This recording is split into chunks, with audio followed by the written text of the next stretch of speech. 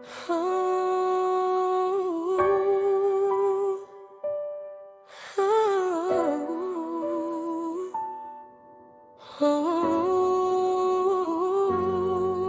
ilalim ng ngiting anghel, si Cain ay dinapuan ng pagod mula sa kanyang mga nabasag na pangarap at nakatulog sa isang hakbang na lamang mula sa mga di natatanaw na pader ng paraiso. Mga pader na maaari lamang tuluyang malagpasan ng pag-ibig na nagsasakripisyo. Isang malumanay na simoy ng hangin na nagmulat sa kanya ng umagang leyon. Inanyayahan siyang sundan ng araw sa paglalakbay patungo sa dambana. Parehong magkasamang magpapatuloy sa mga tinik na iniaapak ang mga ito ng kanilang mga sugat ang paa.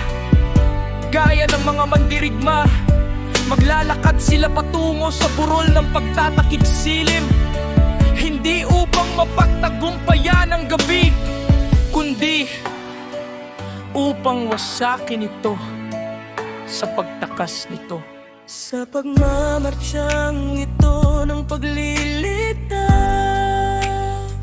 sa wakas ay babagsak sila sa malayong dambana.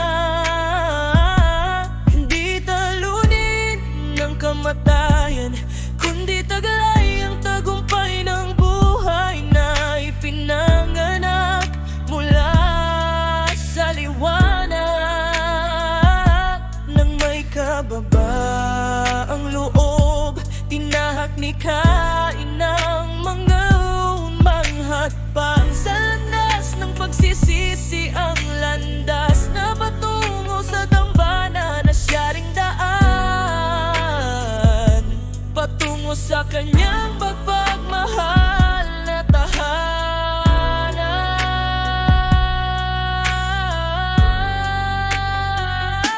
Ang mga hakbang ay pinagagalaw ng pananampalataya, sapagkat bagamat hindi niya nakikita ang mukha ng kanyang kasama, ang araw ay sigurado siya sa presensya nito, dahil naramdaman niya sa kanyang mga balikat ang init nito na humahaplos sa kanya na tila isang malambing na yakap. Magkasamang manlalakbay sila sa daan ng tagumpay. Ika-6 na araw na sa burol ang pamilya na balisa ay nagkakatipon mula pa umaga sa palibot ng dambana. Di malay na dinaranas sa mga pinagdaanan ni Cain doon sa mga hangganan ng Eden, nang may mga luha na nalangin sila kaya awa para sa minamahal nilang Cain. Nasabik na naghihintay na makita siyang magbalik.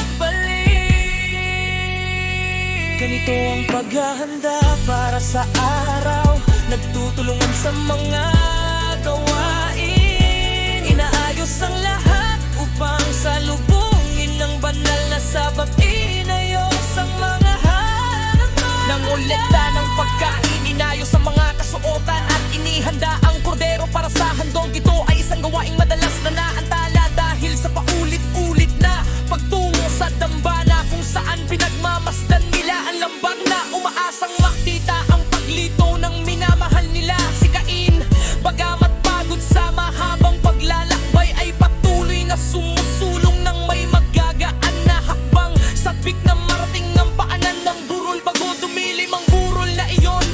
Bagamat malayo pa ay natatakpan ng mga sinag ng papalubog na araw. Ang tikip silim na hanggang kahapon ay itinuturing na tagumpay ng kadiliman laban sa liwanag ay nangyayari ngayon sa kanyang paningin. Nakita niya ang araw na nababalot ng mga ulap na nagpipinta ng matingkad na pula, na bumababa tulad ng isang bayaning mandirigma, handang magtapon sa kontinente ng kapangyarihan ng gabi. Binalot ng kadiliman ng lambak at si Cain na nakapako ang mata Sa huling kislap ng liwanag sa tanaw, ay pinilit na magpatuloy sa kanyang mga hakbang. Sa burol, ang patriarkang si Adan, na ang puso ay tumitibok dahil sa panababik, pagmimithe at hapdi ay naghanta upang mag-alay ng handog.